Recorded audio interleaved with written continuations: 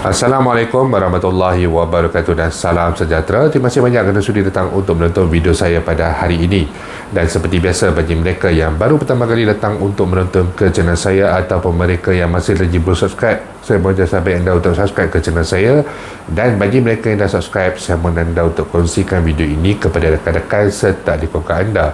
Semoga apa yang saya nak kongsikan sedikit pada hari ini adalah satu perkongsian yang bermanfaat untuk kita semua, insya-Allah. Okey, saya ingin berkongsikan sedikitlah berkenaan dengan satu kenyataan media yang dikeluarkan oleh Kementerian Keuangan ataupun lebih tepat lagi Timbalan Menteri Keuangan Datuk Seri Ahmad Maslan, yang mana beliau telah menyatakan bahawa Kementerian Keuangan tidak menerima pun sebarang cadangan berkenaan dengan pengeluaran KWSP. Yang mana apabila kita melihat dalam perkara tersebut, berita tersebut, beliau menyatakan bahawa Kementerian Keuangan tidak menerima sebarang cadangan ataupun permohonan pengeluaran KWSP pada 12 sesi dialog bajet yang diadakan sejak 26 Januari yang lepas. Okey. Dia kata ini menunjukkan bahawa mereka memahami bahawa pengeluaran KWSP hanya dilakukan ketika pandemik COVID-19 sahaja. Yang mana dalam sesi dialog bajet ini 8 kumpulan fokus iaitu kementerian, agensi, jabatan, orang persorangan, badan bukan kerajaan, NGO dan ahli akademik mencadang dan memohon untuk lebihan peruntukan, tapi tidak ada sebarang pun tuntutan daripada mana-mana orang persorangan ataupun NGO. Tetapi beliau menyatakan bahawa kecuali ada satu pertubuhan menyatakan hasrat pengeluaran KWSP di dalam surat khabar. Okey, saya kecewa membaca kenyataan ini sebenarnya kerana beliau menyatakan bahawa terdapat 12 sesi dialog, yang mana sesi dialog ni yang pertama pada hemah saya lah, saya tidak membuat tuduhan, tapi pada hemah saya sesi dialog ni adalah sesi jemputan dan dia bukannya dibuka kepada umum, sebab kalau dibuka kepada umum pun dia tidak diwar-warkan dan ramai orang yang tidak tahu, sehinggalah kepada kenyataan akhbar ini dikeluarkan. Jadi sesi dialog ni pada hemah saya sudah tentulah hanya mempunyai jemputan-jemputan tertentu sahaja, dipanggil orang perseorangan yang tertentu sahaja, dipanggil NGO yang tertentu sahaja. Apabila NGO ataupun orang seorangan ni dia tidak ada kepentingan, dia tidak ada keterdesakan, dia tidak ada keperluan untuk pengeluaran KWSP, NGO tu pula mungkin NGO yang berkaitan dengan urusan-urusan lain yang tidak ada mendapat aduan daripada rakyat, terutama sekali daripada kalangan pencarum yang merasakan mereka ini sukar dan sebagainya lah. Jadi apabila perkara ini diceritakan tetapi tidak mengambil orang kata maklum balas daripada NGO ataupun orang persoalangan yang tepat, sudah tentulah tidak akan ada sebarang cadangan berkenaan dengan pengeluaran KWSP.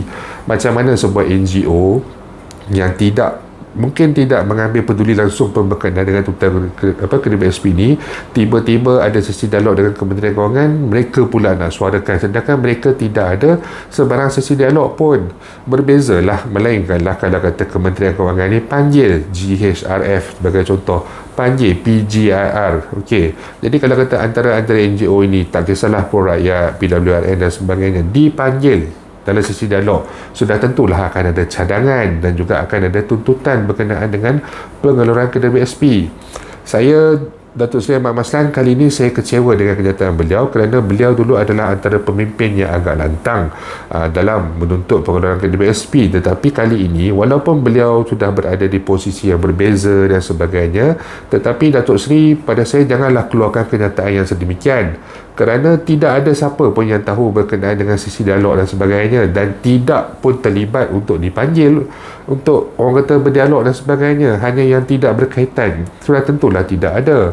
Dan saya berharaplah, kalau nak kata bukan berharap, dan kalau nak kata tidak ada langsung, kita ada setidak-tidaknya kita ada pro rakyat yang pernah orang kata berjumpa dengan Setiausaha Sulit, Perdana Menteri Malaysia Datuk Seri Ibrahim menyerahkan memorandum.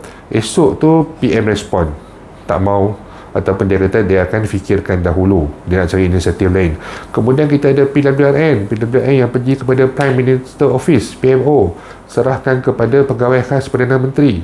Jadi kalau dah kata dua tuntutan ini walaupun tidak ada daripada PGR, dia ada tetapi orang kata tidaklah sampai orang kata kepada mungkin nampak lebih besar lagi publicity yang diterima oleh Pro Rakyat dan juga PWRN. Tapi apa pun yang saya nak katakan adalah benda ini dihantar dan semua rakyat Malaysia telah pun tengok, mendapat liputan pihak media, mendapat liputan di sosial media dan juga sebagainya. Jadi benda ini ada tuntutan, ada cadangan, telah pun dihantar kepada pejabat Perdana Menteri, telah pun dihantar kepada Kementerian Kewangan sebelum ini oleh PGIR kalau tak salah saya. Jadi apabila Datuk Seri Ahmad Maslan mengeluarkan kenyataan sedemikian, saya berasa sangat kecewa kerana ianya seperti satu jawapan untuk lepas tangan, macam tu saja. Sedangkan tuntutan ini berlangsung, banyak NGO walaupun ada percanggahan dalam mereka punya cadangan dan sebagainya, tetapi benda ini berlaku. Jadi saya harap secara peribadi Kementerian Kewangan maupun Datuk Seri Ahmad Maslan janganlah keluarkan kenyataan yang macam ni, yang nak menafikan dan sebagainya. Dan kalau kata anda rasa ianya tidak perlu dilaksanakan dan sebagainya, just nyatakan saja, tidak perlu nak berlindung, tidak perlu nak orang kata seolah-olah macam nak menyalahkan pihak NGO ini kerana tak suarakan dan sebagainya. Kerana kita selama ini dah lama dah hampir sejak pada hujung bulan Jun tahun 2022 telah pun membawa tuntutan ini, tetapi hari ini yang berada sebagai pemimpin di dalam kerajaan mengatakan tidak ada sebarang cadangan pun. Ini benda yang paling pelik. Dan kalau kata tidak ada sebarang cadangan, kenapa Perdana Menteri ada respon sebelum ini? Dan itu bertambah-tambah pelik. Jadi saya harap untuk di masa hadapan, tolong jangan beri jawapan yang orang kata yang tidak masuk akal yang macam ni lah. Ianya sangat mengecewakan saya dan saya pun tak tahu nak cakap apalah, sebab ini hanyalah satu luahan dan juga satu kekecewaan yang mana yang nak membuka mata anda semua untuk mengetahui bahawa ianya bukan seperti apa yang beliau cakapkan, dan ianya adalah orang kata satu perkara yang berbeza. Ada tuntutan, ada penyerahan memorandum dan sebagainya, tetapi kita tahu kerajaan memang daripada kerajaan yang sebelum ini kepada kerajaan perpaduan ini memang tidak memberikan sebarang respon, kecuali lah pada sehari selepas NGO Pro Rakyat menyuarakan berkenaan dengan hasrat untuk pengeluaran sebanyak RM10,000 hingga RM30,000.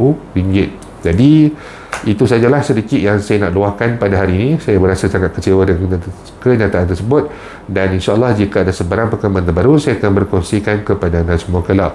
Bagi mereka yang mungkin mempunyai sebarang persoalan, sebarang masalah ataupun sebarang komen, anda boleh utarakan di ruangan YouTube saya Firdaus Selamat, Facebook saya Firdaus Selamat Channel, ataupun TikTok saya Firdaus Selamat 85. InsyaAllah kita akan jumpa lagi. Jangan lupa untuk share, jangan lupa untuk subscribe. Assalamualaikum warahmatullahi wabarakatuh.